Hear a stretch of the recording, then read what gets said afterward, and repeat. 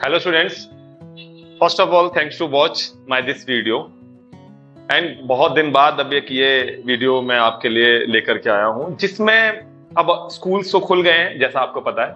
और स्कूल खुलने के बाद सबसे पहली टेंशन जो हमारे पास आती है वो मैथ्स की आती है कि सर मैथ्स का ये टेस्ट है वो टेस्ट है। तो आज आपको बता रहा हूँ एक पॉलिनोमियल डिवीजन। नॉर्मल डिवीजन तो हमने बहुत की होंगी बट पॉलिनोमियल डिवीजन किस तरीके से होती है उसके बारे में बताता हूं, जो आपके class 9th, class 10th, 11th, 12th and so on जितनी भी क्लासेस तक आप आगे पढ़ते हो तो सबसे ज्यादा काम आने वाली polynomial division and quadratic equation या क्वाड्रेटिक पॉलिनोमियल होता है। तो पॉलिनोमियल डिवीजन किस तरीके से होता है उसके लिए आपके सामने एक क्वेश्चन पहले तो मैं लिख देता हूं। px फर्स्ट पॉलिनोमियल जिसके अंदर कोई भी हम एक इक्वेशन ले लेते हैं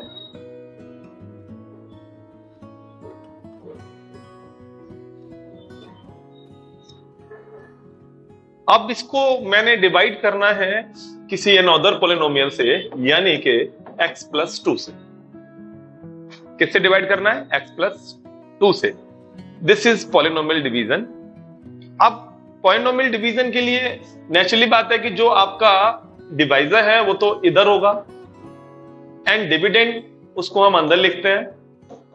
अब इसको लिखने से पहले भी कुछ चीजें हमें देखनी होती हैं, उनके बारे में भी कुछ आपको बताऊंगा अभी क्या क्या चीजें हमें इसमें ध्यान रखनी होती हैं। सबसे पहले तो जो हमारे वेरिएबल की पावर है वो डिक्रीजिंग ऑर्डर में होनी चाहिए। It's mean cube, square, single और उसके बाद हमारे पास वेरिएबल नहीं है, यानी कैसे भी अगर ये हमारे पास कुछ इस तरीके से भी प्रेजेंट होती, ये यहां होता और सपोज ये वैल्यू यहां होती, इस तरीके से कुछ होती तो भी हम इसको पहले रीअरेंज करते। क्या रीअरेंज करते? हम इसको पहले इधर लाते और इसको इधर लेकर के आते, जैसा कि आपने अभी देखा इस तरीके से इसको हम चेंज करते जैसा मैंने यहां चेंज किया। अब इसको करने के बाद सेम वही रूल यहां भी लगाना है कि ये वाला हमारा जो पॉलिनोमियल है उसकी वेरिएबल डिक्रीजिंग ऑर्डर में पावर के अकॉर्डिंग होनी चाहिए। अब हम क्या करते हैं, इसको करने के लिए एक रफ में आपका वर्क बताता हूं, वो आप अपने हमेशा क्वेश्चन के बगल में ही बना के रखिए कि ऑलवेज इसके फर्स्ट नंबर को इसके फर्स्ट टर्म को इसकी फर्स्ट टर्म से डिवाइड किया जाता है। यानी डिविडेंड की फर्स्ट टर्म को ये जो है हमारी इसको डिवाइजर की फर्स्ट टर्म से ऑलवेज डिवाइड करके देखो 6x³ x। अब इसको अगर मैं डिवाइड करता हूं तो ये हमारा आ गया 6x²। तो आपको मैं बता दूं यही क्वोशिएंट है हमारा, क्वोशिएंट की जो पहली टर्म है वो यही है हमारी 6x²। उसके बाद इस 6x² को हमने मल्टीप्लाई करना होता है इसको इससे, यानी कि अगर मैं वैसे बताऊं आपको तो इसको हमें मल्टीप्लाई करना होता है इस पूरे नंबर से, क्योंकि हमने जब भी आप डिवाइड करते हो तो क्वोशिएंट मल्टीप्लाई बाय डिवाइजर ही तो होता है और क्वोशिएंट की पहली टर्म हमने यहां से फाइंड की, जो हम हर स्टेप में इसी तरीके से फाइंड करेंगे। ठीक है, तो अभी फिलहाल देखते हैं हम इसको आगे किस तरीके से करना है। 6x² को मल्टीप्लाई किया जाएगा x+2 से, तो 6x² मल्टीप्लाई बाय x, ये पावर 2 है, यहां कुछ नहीं तो 1 पावर होती है तो ये क्यूब हो गया और 6 2 12x²।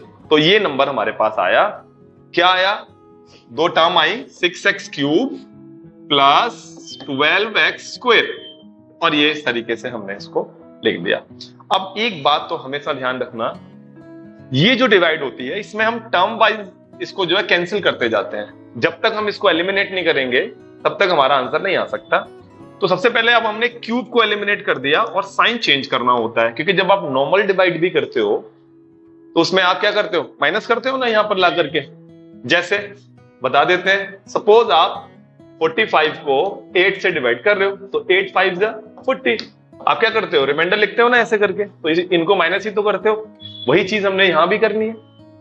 ठीक है, सेम ये करने के बाद अब हम देखते हैं कि ये हमारा जो है कैंसिल हो गया। अच्छा, ये ऑलवेज कैंसिल होगा क्योंकि हमने ये जो क्वेश्चन लेकर के आए थे वो इन दोनों के थ्रू लाए थे, तो नेचुरली बात है कि इन दोनों को मल्टीप्लाई करके ये नंबर आएगा ही आएगा। अब ये है प्लस हमारे पास और ये है अब माइनस, प्लस माइनस माइनस, तो ये तो मुझे पता लग गया कि यहां पर 11 आएगा, ठीक है। लेकिन साइन कौन सा आता है, बड़े नंबर वाला, तो माइनस आएगा और एक्स स्क्वायर आएगा। बाकी number same as it is नीचे हमने लिख दिए। अब वही पहले वाला रूल क्या बताया था आपको, अब ये समझो कि अब आप दोबारा से डिवाइड स्टार्ट कर रहे हो, ये पहला नंबर और ये ये पहली टर्म और ये पहली टर्म दोनों को डिवाइड करना है। तो ये जो मेरी पहली टर्म है वो है -11x²। ये अब मेरा खत्म हो चुका पहला काम। It is divided by the first term of divisor x, ये कैंसिल किया हमने, -11x आया, यानी मेरी जो आपका अनदर टर्म ऑफ क्वेश्चन वो आया 11x, ठीक है। अब इस 11x को सेम मल्टीप्लाई बाय x+2, वही चीज हमने यहां की वही यहां कर रहे हैं। हर बार यही चीज रिपीट करनी है, हर बार आपने इसी चीज को रिपीट करते करते क्वेश्चन को करना है। जैसे -11x² और इसको 2 से करेंगे तो plus minus -22x, -11x² -22x, और सेम वही तरीका, साइन चेंज करेंगे। साइन चेंज करते समय हमें इस ऊपर वाले साइन से कोई मतलब नहीं है, ऊपर के जो साइन है उन्हें चेंज नहीं करना होता, ऑलवेज नीचे वालों को चेंज करना होता है, तो ये ध्यान रखना। तो इनको चेंज करेंगे तो किस तरीके से चेंज करेंगे, जो भी नीचे साइन है वो चेंज कर देना है। फिर वही हुआ कि ये हमारा अगेन कैंसिल हो गया, ठीक है।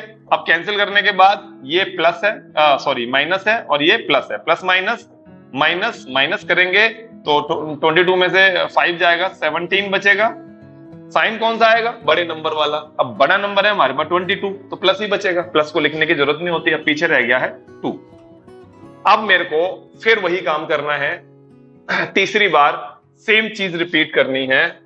इसकी पहली टर्म और हमारे डिवाइजर की पहली टर्म दोनों को डिवाइड करेंगे, 17x divide by x, and cancel करने के बाद यहां आ गया 17, यानी हमारा क्वोशंट की जो तीसरी टर्म है वो आ गई अब 17।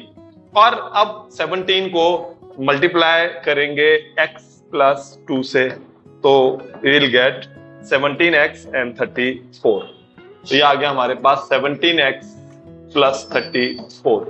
अब अगेन साइन चेंज किए, ये फिर कैंसिल हुआ। अब प्लस माइनस माइनस, साइन बड़े नंबर का आएगा और अब बच गया मेरे पास 32। अब हम यहां क्या देखते हैं, जो सोचने वाली बात है वो यही है कि जब हमने यहां देखा कि 32 बचा और अब हमारे पास ये वेरिएबल अब नहीं रहा, या इस वाले वेरिएबल से यहां वाली पावर अगर कम रह जाती, सपोज ये स्क्वायर होता, सपोज यहां क्या होता, स्क्वायर, तो ये क्वेश्चन यहां ये भी ना होता, ये इसको हम रिमाइंडर ले लेते। क्यों, क्योंकि इसकी पावर से अगर इस टर्म की पावर कम रह जाए तो वही क्वेश्चन खत्म हो जाता है और नीचे वाला रिमाइंडर बच जाता है। अभी फिलहाल ये हमारा क्वेश्चन खत्म और रिमाइंडर हमारे पास बचा है -32। तो ये हमारी पॉलिनोमियल डिवीजन है। इसको किस तरीके से किया जाता है आपको जैसा मैंने बताया। अब एक और क्वेश्चन मैं इसी पॉलिनोमियल डिवीजन का आपको लेकर के और समझाना चाहता हूं। तो हम क्या करते हैं, एक और क्वेश्चन लेते हैं जिसके अंदर हम px लेते हैं, y लिख दिया मैंने इधर, x³ -7x + 6, और इसको डिवाइड मैंने करना है x² - 1 से। इसे डिवाइड करना है x² - 1 से।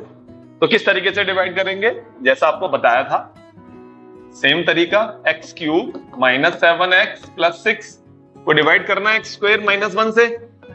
अब as according to the rule जो आपको बताया गया कि पहले इसको डिक्रीजिंग ऑर्डर में अरेंज करना है, तो ये ऑलरेडी डिक्रीजिंग में था और ये भी ऑलरेडी डिक्रीजिंग में था। इसकी फर्स्ट टर्म को इसकी फर्स्ट टर्म से डिवाइड करना है, x³ डिवाइड बाय x², इसको मैंने कैंसिल किया, पावर 1 यानी कि x रह गया, यानी मेरा क्वोशंट की पहली टर्म आ गई x। अब इस x को मल्टीप्लाई करते हैं, x² + 2 से ही करते हैं हर बार की तरह जैसे पीछे बताया। तो we will get X cube minus X, तो इसको हम एक्स क्यूब माइनस एक्स हमें मिलेगा जैसा ये है। और नीचे वाले नंबर के साइन चेंज करने होते हैं जैसा अभी बताया। साइन चेंज करते ही ये मेरा कैंसिल हो गई first term. First term cancel होने के बाद अब अगर आप देख पा रहे हैं ये माइनस है और ये प्लस है, यहां कुछ ना हो तो ऑलवेज 1 होता है, तो प्लस माइनस माइनस 7 में से 1 गया तो यहां बच गया हमारे पास 6, लेकिन साइन आएगा बड़े नंबर का और ये भी प्लस में 6 है। अब हम फिर वही करेंगे, फर्स्ट टर्म को इसकी फर्स्ट टर्म से डिवाइड करेंगे, माइनस 6x एक्स स्क्वायर। हमने क्या देखा, ये पावर अब इससे क्या हो गई ज्यादा, तो इसका मतलब अब ये क्वेश्चन आगे सॉल्व ही नहीं होगा, सिर्फ ये हमारा अब एज अ रिमाइंडर हो जाएगा, यहीं छोड़ देंगे इसको, ये खत्म, ये हमारा हो गया क्वेश्चन और ये था हमारा डिवाइजर और ये है डिविडेंड। तो यहां इसके आगे हमने क्यों नहीं किया, क्योंकि इसकी पावर से ये पावर हो गई ज्यादा, तो अब ये क्वेश्चन आगे सॉल्व नहीं हो सकता। तो उम्मीद करता हूं आप लोगों को ये बहुत अच्छे से समझ आया होगा। कोई भी डाउट हो, कैसा भी डाउट हो, आप अपने मैथ्स के सर जी से पूछ सकते हैं। कॉन्टेक्ट नंबर और हमारे सेंटर का एड्रेस, इवन सब चीज आपको नीचे डिस्क्रिप्शन पे दी जाती है, नीचे आप देखिए, ऑलवेज सब चीज आपको मिलेगी। और any time you feel free to call me about the mathematics. Thank you so much.